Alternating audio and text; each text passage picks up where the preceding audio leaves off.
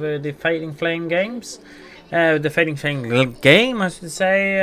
I forgot to report about. No, I didn't forget to report about my 4th game, but I played it on Universal Battle, and sadly, I forgot to take screenshot of it. But I can sadly inform you, I lost it 12-8. I lost it due to a scenario, but I did win by 400 points, 300 or something points. But at the end, I lost my scenario. Anyway, enough about my 3rd game, but the 4th game, and right on to the 5th game, the determining game for whether or not I will reach the number 1 seed, or I will get 2nd, or potentially get 3rd. If my today's opponent get 20 points against me, he will actually surpass me if you win by enough points. And my opponent today is called Joseph. Yes, he's a Portuguese player. He plays the Demon Lord here, and he has a big good list. Pretty nasty, a lot of big units with a lot of wounds, and I think that's the theme of his list here. So we have the standard double Squawky core units here, right? With some Chilling Yawn and Messering Plumite, and then 10 Imps. And then he has the 6 Hoarders, 4 Blazers, 6 Bloatflies, and 6 Veiled Serpents. So a lot of big, strong, flying, quick, large units. I mean, Hoarders 4 wound each, Bracer Beast 4 wounds each. Bloatflies 4 wounds each, so and obviously the ward save makes them even stronger. So really buff army he has here with the with 3 really strong units here. And on the other side here, I brought here the first time actually I try out not the first time, but one of my first game here with the Saurian and Ancients in the new list here. I haven't had too many games, so I was playing the Anorak on a budget Anorak here, so Scriptor Power instead of the Ancient of the Pelican. And only Mind Shifting mastery on him, no other masteries. So very cheap version of him. Usually you pay 700, I give 517. But it shows, I mean, he's not as strong as you could make him to be. Anyway, and then 30 Tiger Warriors with hand weapon and shields and flaming standards to use the Mind Swifting mastery, so we can give some flaming into these guys here. Then some double chaff here, Caimans, 3 and 4 Caimans with just a chaff, Hellbarders, so they can still do a decent punch. I'm not sure about these small units, and maybe there should just be one big unit here. I'm still chewing on that one, not sure what to do. And then 12 Skink Hunters to shoot some chaff, to do some chaffing, and then to get the extra spell from the Enclave Wizard. Oh yeah, the Tiger Warriors also have Enclave Wizard, right? So we have a few good buffing spells here, so it makes it easier for the Anorak mates to pick 2 magic missiles in the innovation. And I mean, against the demons here, he obviously would love to have those kind of magic missiles, yeah. And the list in general lacks magic missile, right? So taking some pressure off the Anorak Archmates here feels good. However, I will say after I played it, I think maybe I will be more happy playing the Anorak Archmates with, if he's gonna play the innovation. Maybe he should have what they call the heirloom that gives him 1 extra spell. Maybe he should have 2 extra spells, so because he runs out of spells a little bit easy, I feel. Anyway, 27 Taker Guards with Hellbard instead of Great Weapons because they got nerfed, right? Too expensive to go through, so they have Hellbards instead, but doesn't really affect them too much in this matchup here, as they're gonna wreck people anyway. And here we have some interesting things here, and I know my last opponent I played in my 4th game, he ended up copying this this army list here because he also thought it was strong, and I think this is pretty strong. 2 Terracoctus Herd, 1 with double engines and 1 with double Giant Bow here, and I mean, the engine of the ancient, if it hits something with good armor, right? Particularly, say, Cayman Elders, I hit them on 2s and wounding on 2s, and I will, if there's 6 Cayman Elders, I will do maybe on average 7 wounds. I mean, that's not bad. That's not bad at all. Surely they don't have too much range, but they don't have to be able to see the opponent, and you still the first 5 wounds you take, it's still a stop on, right? So very two really good, two very altruistic units. You can use them for all kind of purposes. You shoot with them in the beginning, and you put them in the chaff. Obviously expensive chaff, but I mean they still have crossing attack. They do have 3 attacks with strength 4, but potentially buff with attack war strength 5. So I mean, if they do get in trouble, right, you could potentially give them something to help them a little bit. I mean, you could also go the innovation into and reroll to hit Star Alliance on them to reroll that crossing attack. But anyway, yeah, I think these two is a really good combination. Overall, I think the Troll Cook just allows you to do a lot of interesting things with the Saurian Ancient Army, these new rules here. Very interesting concept they have decided to exploit here. Explore. Double Ramadan Riders. Not too happy about these guys anymore. I'm thinking they should probably be Swamps instead. It seems better just to have 2 times 5 swamps. I think that's better with reroll to hit. It seems good. And then the weapon beast salamanders, because they are just nasty. Wow, they do a lot of damage, as we'll see in this game here as well. I think you will see sometimes they do a lot of damage. And then the 9 skin gorilla, blowpipe chameleons, no markers. So there's only 1 marker in this army here, right? The Ramadan Riders get to mark 1 unit at the start of the game, and that's it. But they're also the only guys who are using it, so it doesn't really matter. Anyway, that's the introduction of the game here.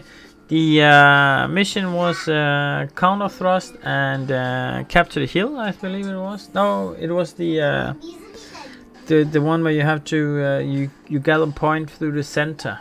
I forgot the name of it. That we're not supposed to go there. I forgot the name of it. Anyway, let's jump into it, huh? Let's see here. So jump right into the start of the game here.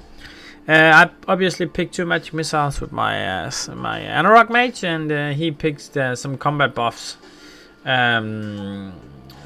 picked a double strength debuff and a double toughness debuff, and I think that was about what he had with magic. His magic is strong, but there's not too much of it. And so he decided to just apply everything in the center, right? And we played counter thrust. So we placed 3 units at the start in the beginning of the deployment phase, right? So I started placing my Saurian warriors here, just 10 wide to take up some central space. And then after I placed some skinks on the left side and Caymans on the right side to conquer space wide. I don't think he cared too much about it. I think his plan was from the very beginning to be very central with his unit here. And then he placed, you can't see them here, but there are some horses, what do you call them? Some sort of demon horses in here. And then you have the harpies over here as well. So he's a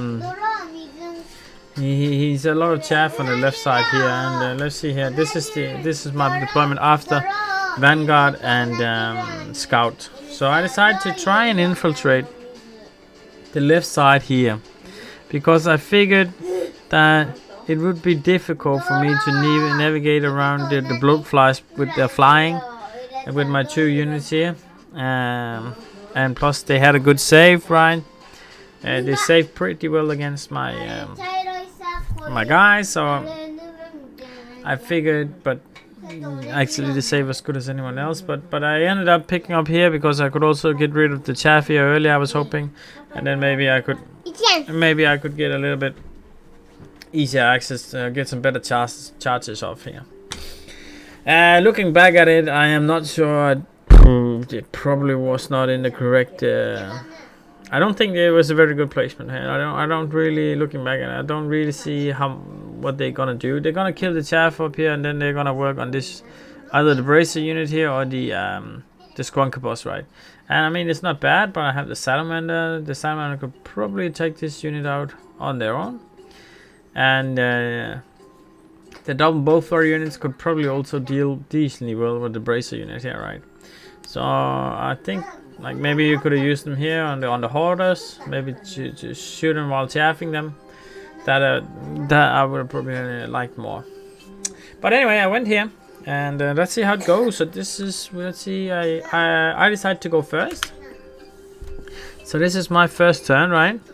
I move up here, and for some reason I thought my salamanders could shoot 12, so I went up the hill to shoot, but it turns out they only shoot 6, so we agreed that I could move them back here, and then I didn't shoot with these guys. So I did do some magic. I decided at the beginning of the game that I wanted to try and take out the hoarders with my magic. In fact, and my ancient, and my ancient of the ancient, because dealing with resilience 5 is actually pretty hard for the Saurian ancient army. Even the bowthrowers don't do too well into it, right? I mean, the wound on 4s.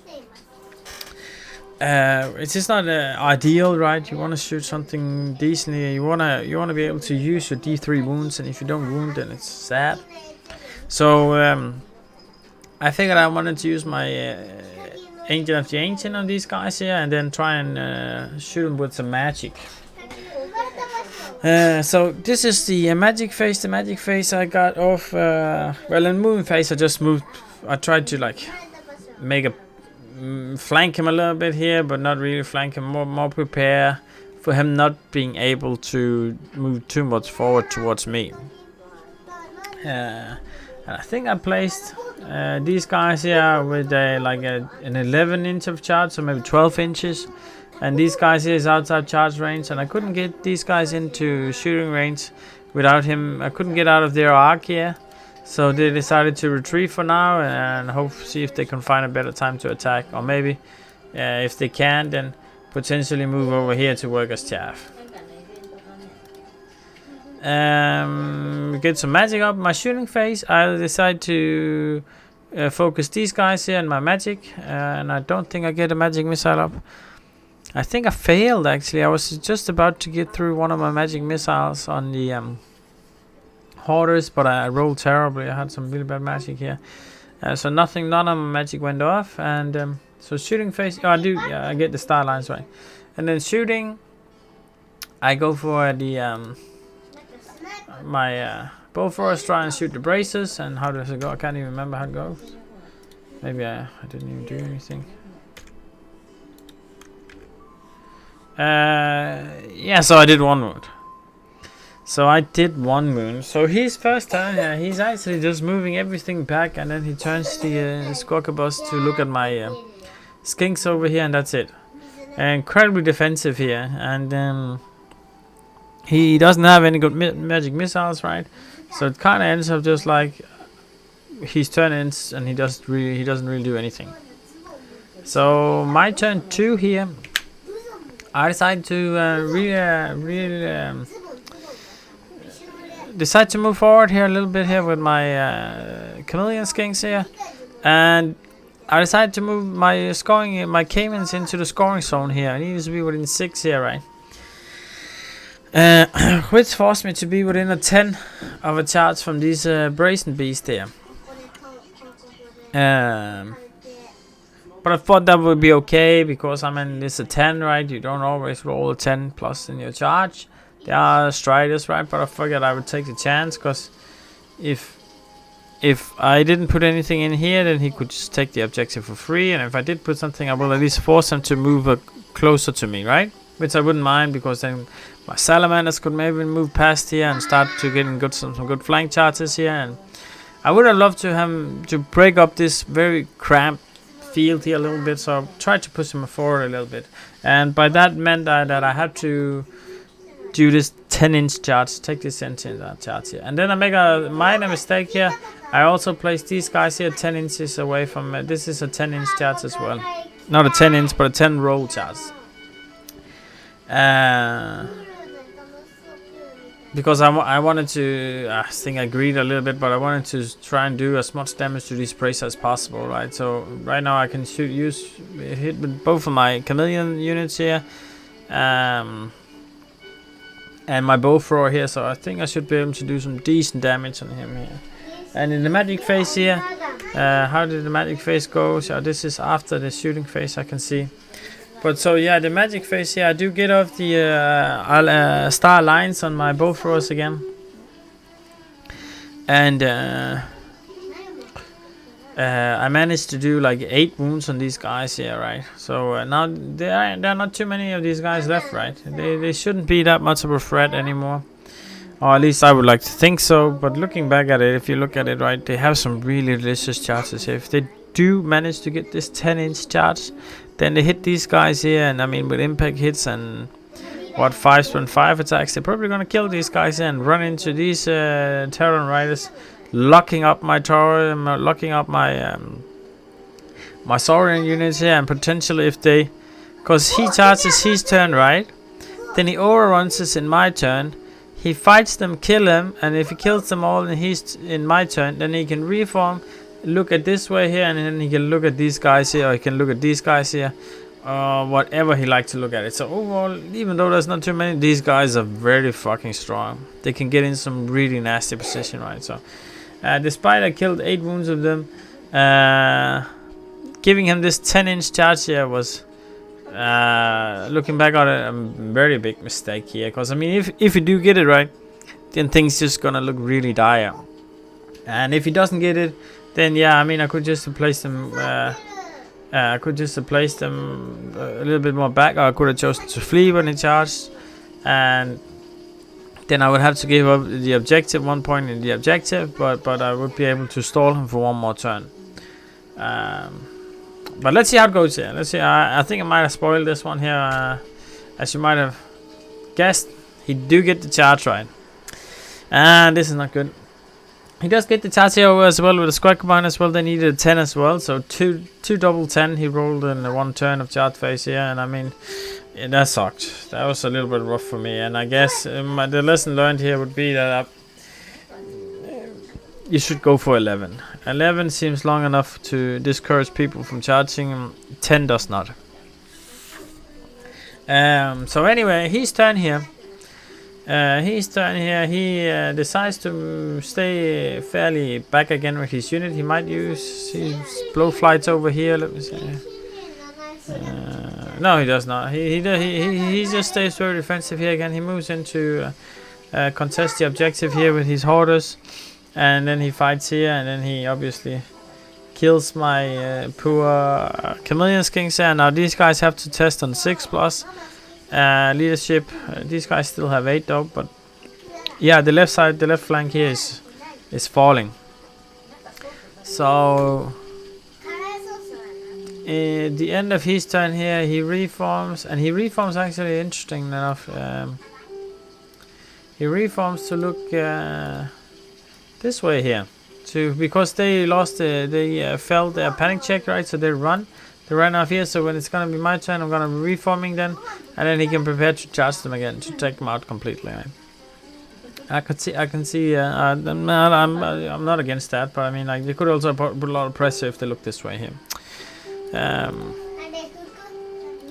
In any case, this is how it goes, right? His turn, and he takes these are the points makers. We use these guys here. We use them as point, and we put them here when he get one. So he takes the end of his turn. He takes the objective here. He moves his chaff. Oh, he also moves his chaff over here. So getting ready to chaff things, right? So my idea with using my chameleon kings here, they basically did 2 wounds to chaff, and then they did nothing more, right? I'm getting a little bit more. Maybe 9 chameleon kings is too much. Then it might need to be a few less. But anyway. As you could imagine, the Cayman battle goes as expected. They die, and he overruns into the Bremer Riders, and that's my turn 3 here. So game is going pretty quickly because there's not a whole lot of action, right?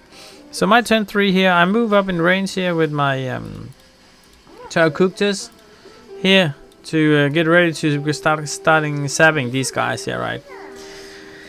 And I move these guys here in range here, and I think I moved them in range. They're gonna get cover from my Paradise Riders, but I thought, okay, whatever. I wanted to chaff them off for at least one turn. Maybe I shouldn't have chaffed them off at all. Maybe I should just take in a combat, because I mean, I have a 4+ ward save, right? And I have a 4+ armor save against no AP, and then I have strength 5 with potentially divine attack and hitting on 3s, wounding on 4s, and what else? Oh yeah, he gets -1 to wound, right? So he only wounds on 5s. So I mean, I probably should have taken, and I probably shouldn't have feared that too much. But anyway, I decided to chaff it off, and I move up the salamanders here to start burning these mofos down and trying to burn them more down with these guys here as well, and these guys rallies. So I mean, if he in his next turn, right, if he fails this charge here, then these guys are gonna be dead meat, right? Then they're gonna get another salve of salamanders and low skinks. Then he's probably gonna be dying. So how does it? I think my magic phase looks something like this, right? I get a really decent magic face up. It's not that it matters a whole lot, but I think I get a decent magic face up. I'm pretty sure I got my scrying off on my Remnant Riders to hope that they will survive. So he would hit him on 5s, right? On 4s. Sadly they didn't, and I get off the a line to start my reroll to hit with my shooting attacks, and I also do get a magic missiles off from these guys here. I get the fate judgment, the 1d6, the boosted version, so 1d6 automatically wound reroll to ward save. Sadly I roll a 1, but I mean, I could also have done some decent damage. And then the shooting here, yeah, as you can see here, it goes terrible. I do 2 wounds in total with these guys, and these guys, yeah, it was pretty terrible. I think he saved 5 ward save out of 6 or something like that. He obviously kills my Remnant Riders here. And over here, as you can see here, the salamander, I think the skinks did 0 wounds and the salamander did 11 wounds. 1 shot. These salamanders, they're burning. They're crazy. If they do get to hit right, then they are just crazy. And if you have the innovation right, you can give him, you can chaff, you can use him as chaff, give him know thy enemy, and so you can do like a double breath weapon attack. So it's like what, 8d6, strength 4, AP 1, auto hits. It's insane. It's crazy. They're good. 250 points. I'll be happy to pay that. But you do have to play them a little bit passive. You have to wait. You have to wait them out, and usually you want to use your chaff early in the game to slow down your opponent, right? And these guys has to be played a little bit more slowly, and you have to probably use them as chaff later on in the game. So they do come with a handicap. Anyways, my turn 3 here, as you can see, doesn't do too much, except from burning all these squawky here. And now it's his turn 3, and he's in a pretty nice position here of looking for flank charge on my Terracooktus. The reason I didn't move him was because I didn't want to get a -1 to try and hit the hoarders. So I greeded very much on this one here, so just to move them so I wouldn't be flanked. Anyway, I greeded and I failed miserably. So he's done 3 here. How does it go? What's happening here? So he decides to, he's Cypher's horse here, decides to chaff, and now he's going into the offensive, right? He chaps off my right side flank here, and he's put the bloatflies into position to start coming from the flank. And he moves forwards with the... now he decides to strike now, basically. He moves forward his 2 main fighting units on the central and move up on the flank here, right? And obviously, as you can might imagine, the magic, he debuffs my Terracooktus a lot, and He managed to do 5 wounds. That sucked. He managed to do 5 wounds, right? So I'm no longer steadfast. I'm no longer stubborn, which means I most likely will run, right? My Terran Riders runs. He didn't kill my Terran Riders. Armor save 4+. It's not too bad against these guys. But I still end up running here. And as you can see here, I end up running with my Tarakutis here as well, and all my chameleon skinks are gone. So overall, right, I killed 3 brazen beasts and 12 Skokabites, and that's about it, right? And they are not even they're not really relevant for combat anymore. They did take the points they needed to take, or at least the points he planned to take with them. They succeeded a mission, and now they're sort of just out of the game. And I killed a lot of units that served no further purpose of the game. Right? So I'm not sure I did this. This looks dark. It looks dark. I think it looks pretty dark from now on here. So I had to remind myself here. We are at turn 4, right? Only need 2 more turns. Only need 2 more turns, and then. Then we can.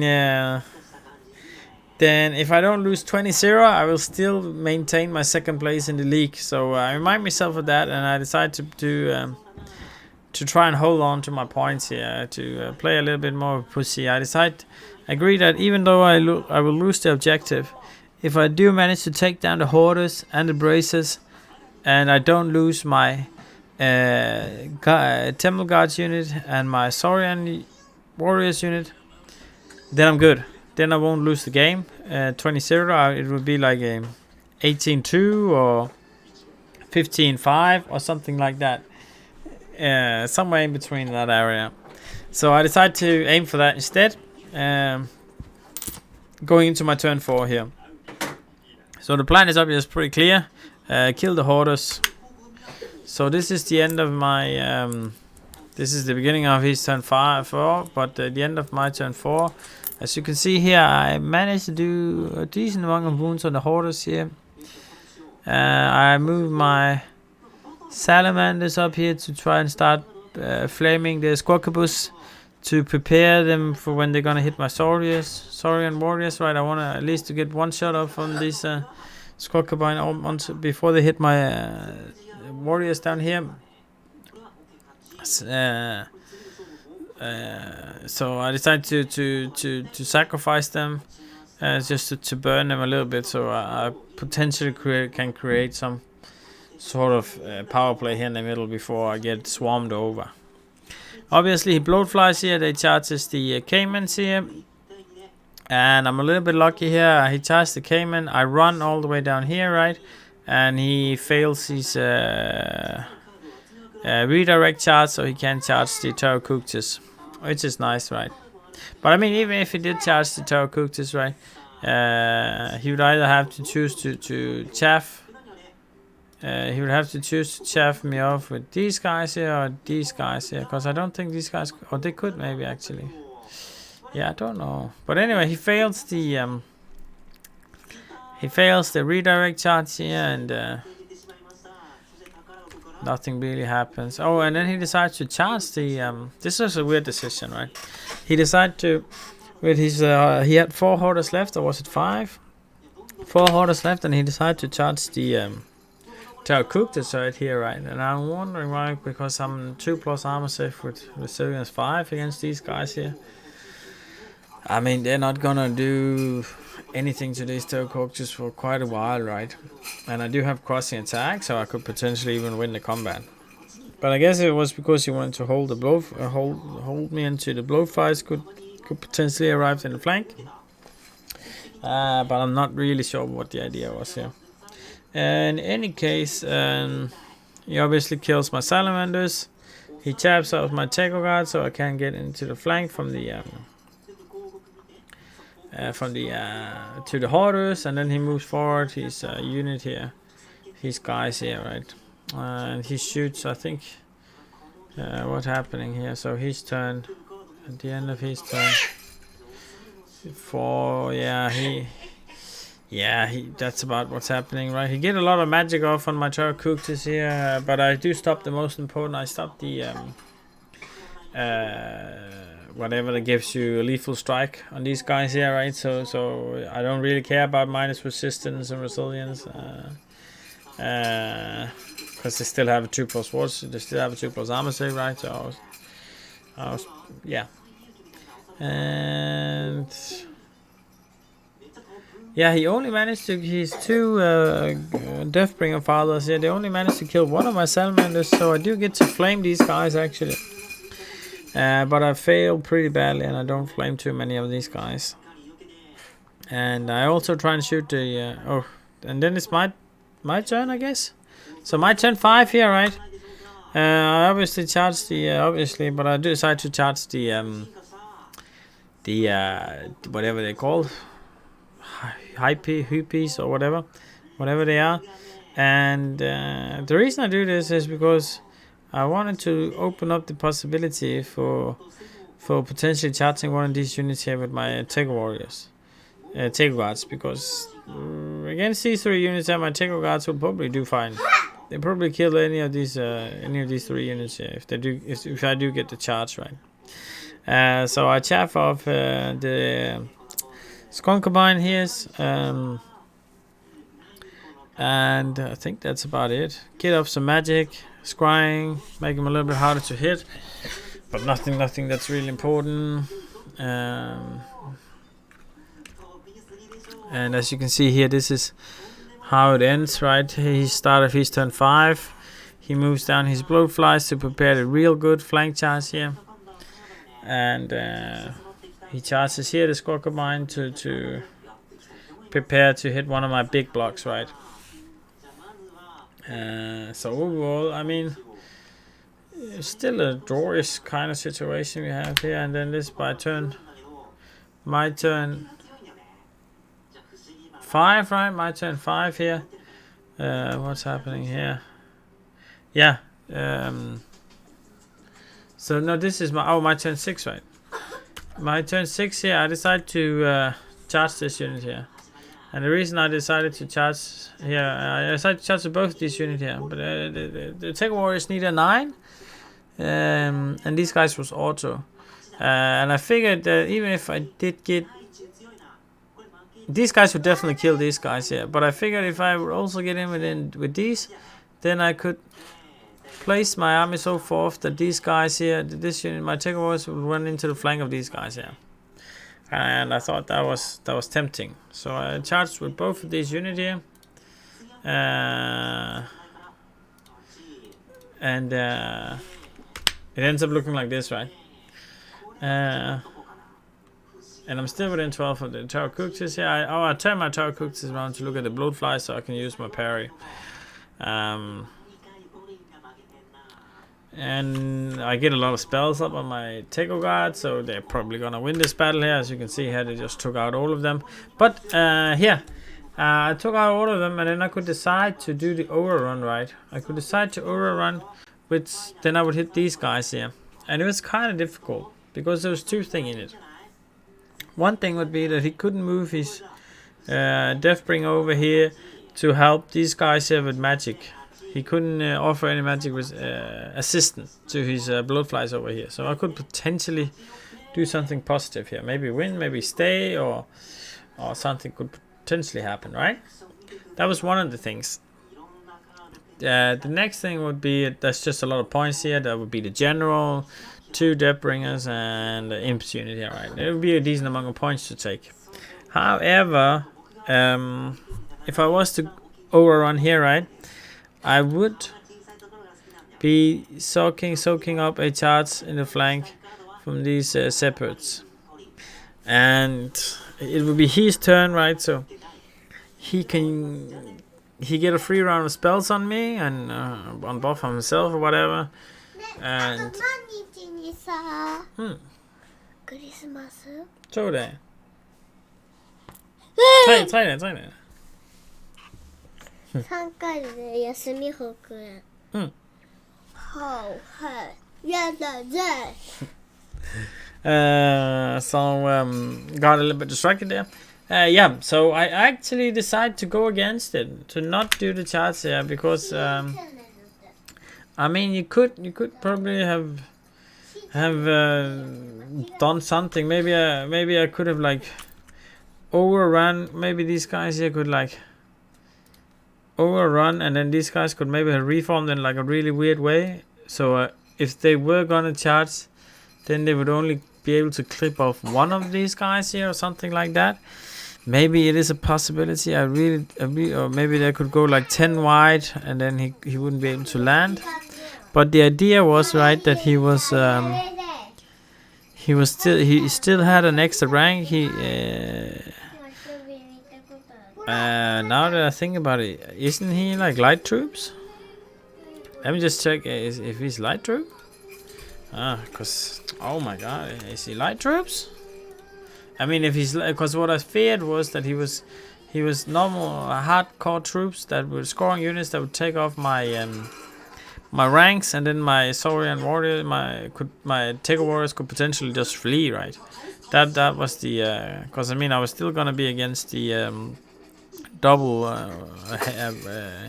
Deathbringer, right? And then I would being hit by maybe get 6 attack from the Shepherds in the flank, so I could still potentially lose, right? If he had the, but he's I mean he's light troops, right? Oh my god, he's light troops, so he can't even take my ranks away. So I mean, that's a real shame. Okay, that was I'm supposed to be here. That's a shame, right? Because so obviously I should have run here and try and reform these guys here. So maybe he could only get a few of these guys into combat, and I should have. Oh, that was a mistake. Okay, honest mistake here. Because that could have also done a little bit for the end of the battle. But at the end of the battle here, right? This is how it ends. I think he might kill these guys here with the last charge and the blood flies here. And that's what he gets, right? So my tactic from turn 4 here ends up being a success. I do keep my 2 units here. Some Caymans down here, and I also do keep, I think I do, no, I lose my dose. But I keep these like 3 or 4 units here, and it allows me to save a 15-5 with a gay victory point difference of 1200 points. Which I'm happy about. I felt there was these 2 charges in turn 2 where he get the 2 double up 10 plus charges where he hits me there, where he hits me real deep into my army, and my army just sort of fails apart from that. I lose all my chaff. I lose my opportunity to threaten him. Those 2 charges was really big, and I can't really do the shooting on him anymore, and I felt like my army sort of crumbled from there. Yeah, his name was Joseph Palor. I think he was actually the ETC player from Portugal last year.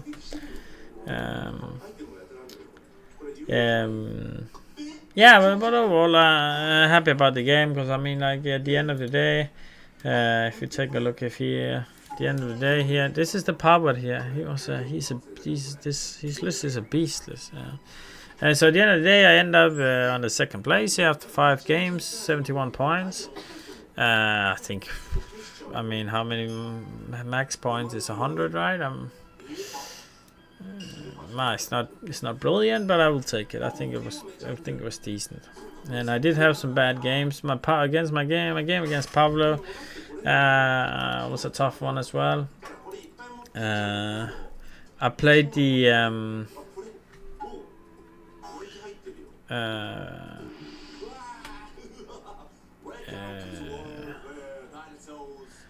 yeah, we haven't had the chance to update the list yet, but anyways, I played Druidism versus Denovation. I think that made a big difference in the term of a matchup here. He played 2 times 6 Cayman Elders, and the triple Suncatcher Terracuctus sort of combo. And I played the list you saw here. But I think in general I made a lot of mistakes. He's a good player, so I just lost that game, straight up. Anyway, this last game here was decently good. And this is maybe the last game I get to play, or we do have one more game for the promotion tournament, and hopefully I will be able to win it and advance one league. But we'll see. I will play it in 1.5 weeks from now, and maybe a little bit more. And obviously I will also do a battle report on that game, so stay tuned.